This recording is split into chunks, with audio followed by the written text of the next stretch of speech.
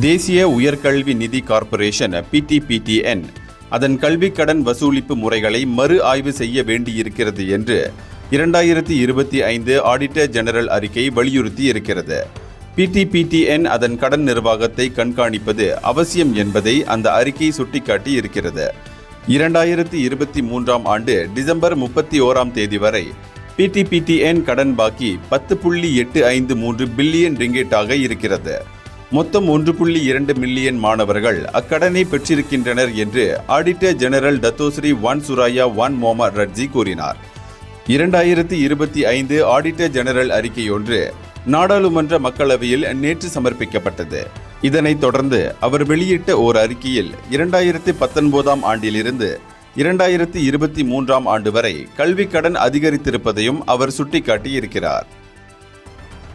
இந்தியர்களின் இதய குரல் மக்களோசை.